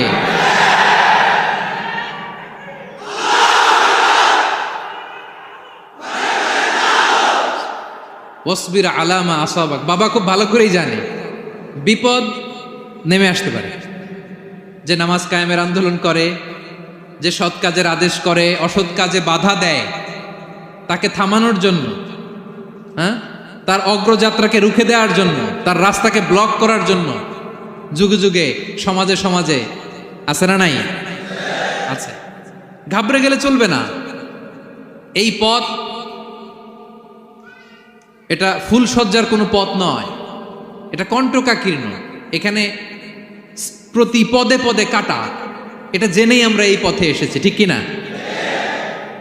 এজন্য আমাদেরকে রুখে দেয়া যাবে না। আমরা সত্যের কথা বলেই যাব, আমরা অন্যায় দেখলে প্রতিবাদ করেই যাব। প্রতিবাদ করবেন, দাঁড়াবেন। আপনি দাঁড়ালেই দেখবেন পরিস্থিতি অন্যরকম হয়ে গেছে। দাঁড়ান না, যে আপনি অন্যায় করতেছে, আপনি দাঁড়ান না কেন? অপরাধ করতেছে, আপনি থামান না কেন? আপনার বোনের বয়সী একটা মেয়েকে টিস করতেছে কিছু ছেলেরা, আপনি দাঁড়ান না কেন? ওদের 10 জনের চেয়ে আপনার শক্তি অনেক বড়। সত্যের যে শক্তি আছে, মিথ্যা তার সামনে মুখ থুবড়ে পড়ে। আপনি দাঁড়ান, আপনি জিজ্ঞেস করেন, এরকম করতেছো কেন, টিস করতেছো কেন? আপনি ওখানে জনমত গড়বেন। আপনি দাঁড়ালে আরো 10 জন দাঁড়াবে, ঠিক কিনা? দাঁড়াতে আপনাকে হবে, সাহস করে দাঁড়াতে হবে। সালাত কায়েমের আন্দোলন যারা করে, সৎ কাজের আদেশ যারা দেয়, মন্দ কাজ থেকে নিষেধ যারা করে, তাদের জীবনে পরীক্ষা আছে না নাই?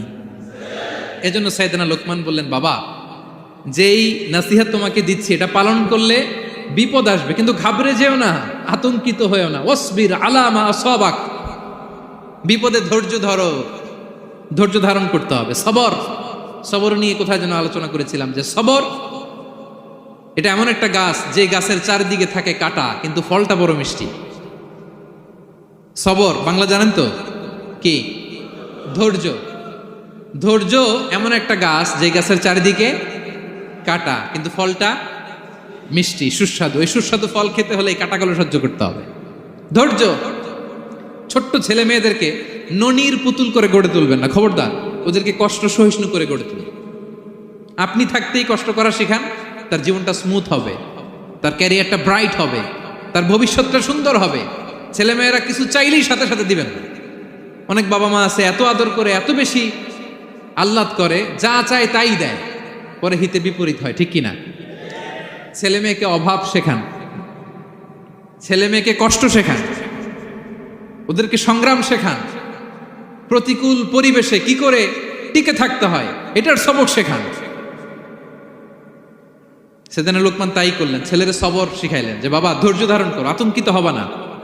জীবন এটা সহজ নয়, জীবন চলার পথ সহজ নয়, এটাকে সহজ করে নিতে হয়। কখনো সবর করে, কখনো ক্ষমা করে, কখনো অন্যকে ইগনোর করে, কখনো দোয়া করে, কখনো আল্লাহর উপর তাওয়াক্কুল করে, ঠিক কিনা? ছেলে মেয়েকে আদর করে বোঝাবেন, বাবা এখন তুমি বাবার হোটেলে খাও, মায়ের হোটেলে ঘুমাও।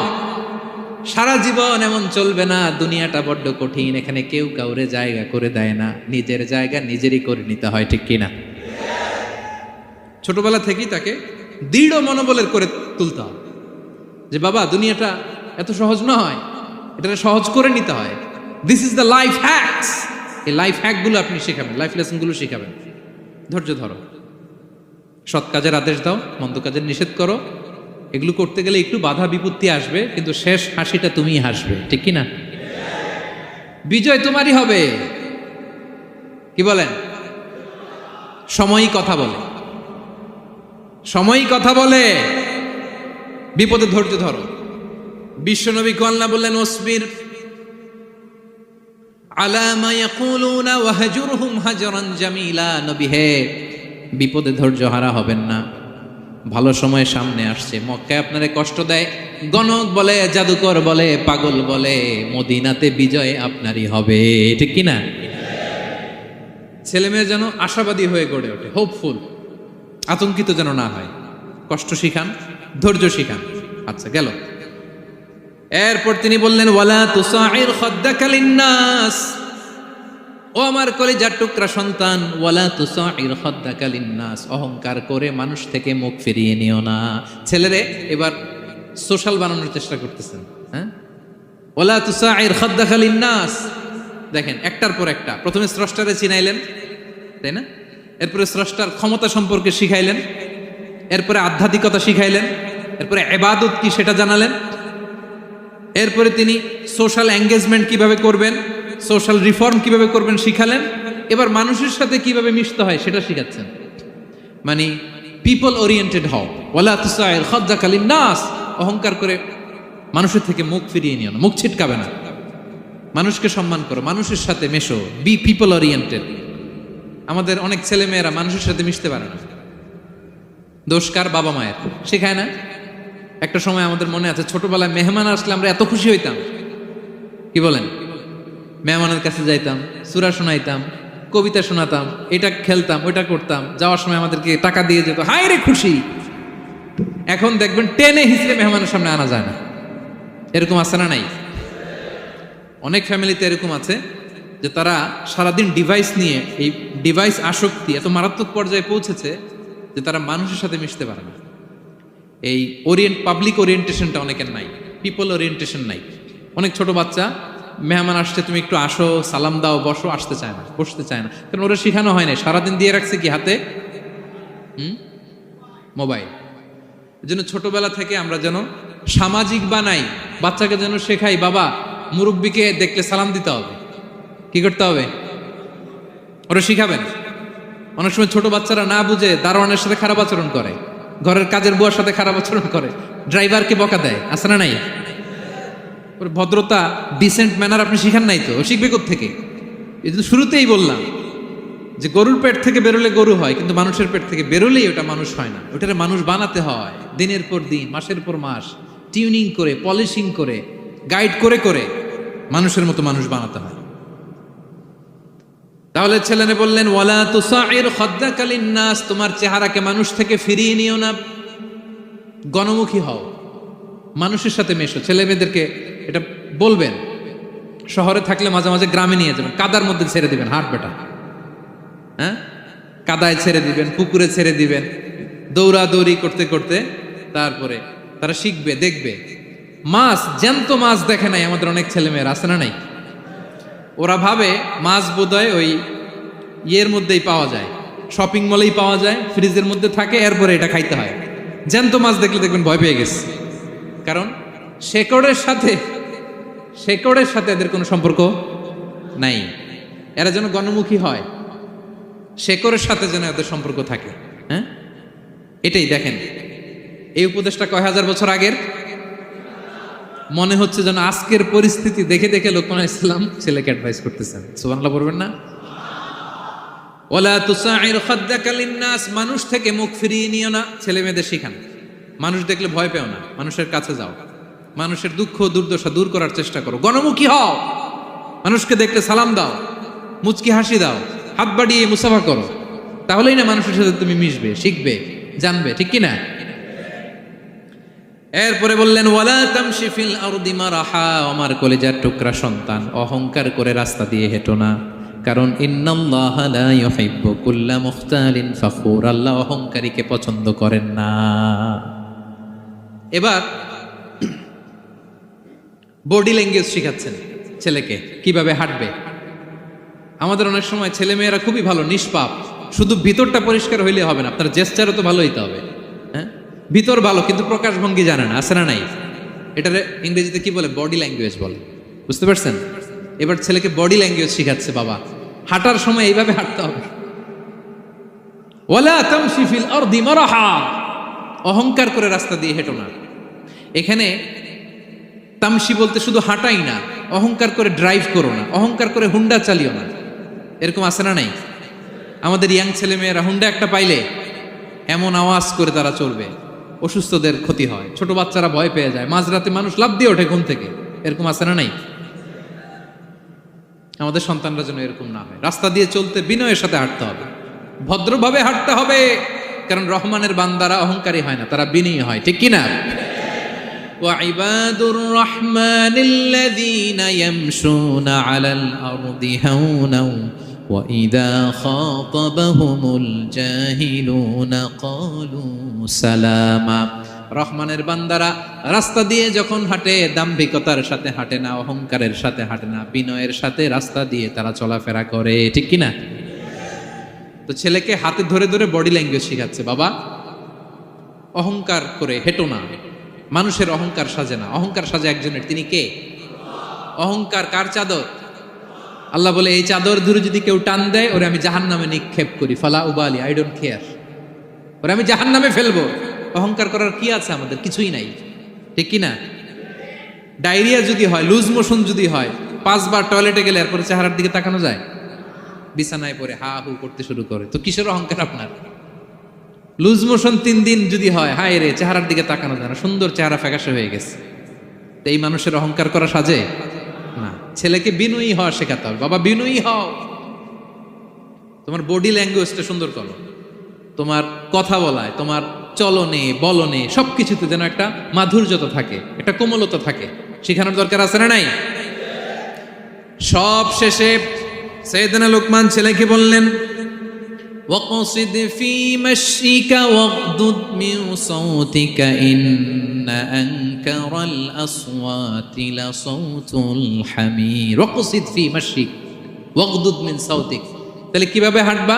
হাঁটার ক্ষেত্রে একটা মিডিয়াম পেস অবলম্বন করো, মিডিয়াম পেস, ভদ্রভাবে, হ্যাঁ, মিডিয়াম মধ্যমপন্থী পন্থায় তুমি হাঁটো।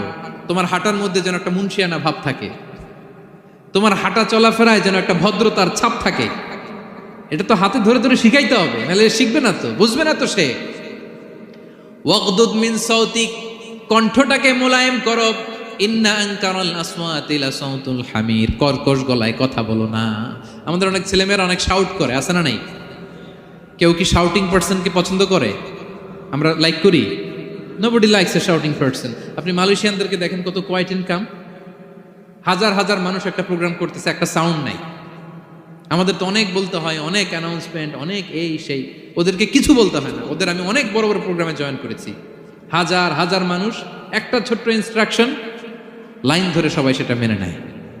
ছেলেকে শিখাই দিলেন চলতে ফিরতে একটা মাঝারি মোলায়েম ভদ্র একটা পেস অবলম্বন করো, আর কণ্ঠটাকে নিচু করো, কর্কশ ভাষী হয়েও না। কেউ পৃথিবীতে কর্কশ ভাষীকে পছন্দ করেন? যারা চিৎকার করে চেঁচামেচি করে, আল্লাহ তাদের কণ্ঠকে গাধার কণ্ঠের সাথে তুলনা করেছেন এখানে। দ্য ব্রেইং অ্যাস, গাধার আওয়াজের চাইতে পৃথিবীতে নিকৃষ্ট কোনো আওয়াজ হতে পারে? আল্লাহ বলে, তুমি কি তোমার কণ্ঠকে গাধার আওয়াজের মতো করতে চাও? যদি না চাও, কণ্ঠটাকে মোলায়েম করো, কর্কশ ভাষায় কখনো মানুষকে সম্বোধন করো, কারণ কর্কশ ভাষীকে, এই শাউটিং পার্সনকে কেউ কখনো পছন্দ করে না। তো এই উপদেশগুলো আমাদের ছেলেমেয়েদেরকে দেওয়ার দরকার আছে না নাই? আল্লাহু আকবার। প্রজ্ঞায় সুসজ্জিত এই উপদেশ মালাগুলো সে 3000 বছর আগে যেমনি প্রাসঙ্গিক ছিল, এখনো তেমনি প্রাসঙ্গিক। এই উপদেশগুলো আমরা ছেলে মেয়েদেরকে দিতে পারবো তো? এই 10টা উপদেশ মালা বুঝতে পারছেন আপনারা? সবাই বুঝতে পারছেন? মনে থাকবে? খেয়াল থাকবে? আমি 1 মিনিটে একটু রিভাইজ করি। কি কি উপদেশ দিলেন? প্রথমেই শুকরিয়ার কথা আল্লাহ নিজে বলেছেন, শুকরিয়া করো। আমরা যেন যে কোনো পরিস্থিতিতে শুকরিয়া করি, করলেই নিয়ামত বাড়াই দিবে কে? এরপর সাইয়েদনা লোকমান ছেলেকে সর্বপ্রথম যে উপদেশটা দিলেন সেটা হলো, বাবা কি করো না? সবাই বলুন, কি করো না? কারণ শিরক হচ্ছে সবচাইতে বড় পাপ। আল্লাহ সব মাফ করে, শিরকের গুনাহ তিনি মাফ করে। এরপর আল্লাহ তাআলা নিজ থেকে আরেকটা উপদেশ ঢুকাই দিলেন, সেটা হচ্ছে কার সাথে ভালো আচরণ করো? মা বাবার সাথে। মা বাবা যদি বদদোয়া দেয় আপনার জীবনে কখনো উন্নতি আসবে? এরপরে তিনি ছেলেকে বললেন, বাবা, আল্লাহ তাআলা এমন ক্ষমতার অধিকারী, যেখানেই যে পাপ করো ভালো কাজ করো সবার চোখকে ফাঁকি দেয়া গেল, আল্লাহর চোখকে ফাঁকি দেয়া যায়? আল্লাহর শক্তি ক্ষমতার ব্যাপারে সতর্ক করলেন। এরপরে তিনি ছেলেকে বললেন, নামাজ কায়েম করো, নিজেও পড়ো, সমাজের সবাইকে নিয়ে পড়ো। এরপরে তিনি ছেলেকে বললেন, বাবা, ভালো কাজের আদেশ দাও, মন্দ কাজের নিষেধ করো, মন্দ কাজ থামিয়ে দাও। তারপর বললেন, বাবা, বিপদে ধৈর্য ধরো। এরপরে বললেন, গণমানুষের সাথে মেশো, পিপল ওরিয়েন্টেড হও। এরপর ছেলের বডি ল্যাঙ্গুয়েজ ঠিক করে দিলেন। মনে আছে তো আপনাদের? অহংকার বশত হেঁটো না, চিৎকার করে কথা বলো না। সবশেষে ওরাল কমিউনিকেশন কিভাবে করবে, শাউটিং না হয়ে মোলায়েম কণ্ঠে মানুষের সাথে যেন ভদ্রচিতভাবে কথা বলতে পারে, এই উপদেশ মালাগুলো দিলেন। আমরা যারা বাবা হয়েছি আমরাও যেন আমাদের কলিজার টুকরা সোনামণি সন্তানদেরকে এই উপদেশগুলো দেই। মনে থাকবে? সূরা লুকমানের 12 থেকে 19 নম্বর আয়াতে আল্লাহ তাআলা এই উপদেশগুলো তুলে ধরেছেন।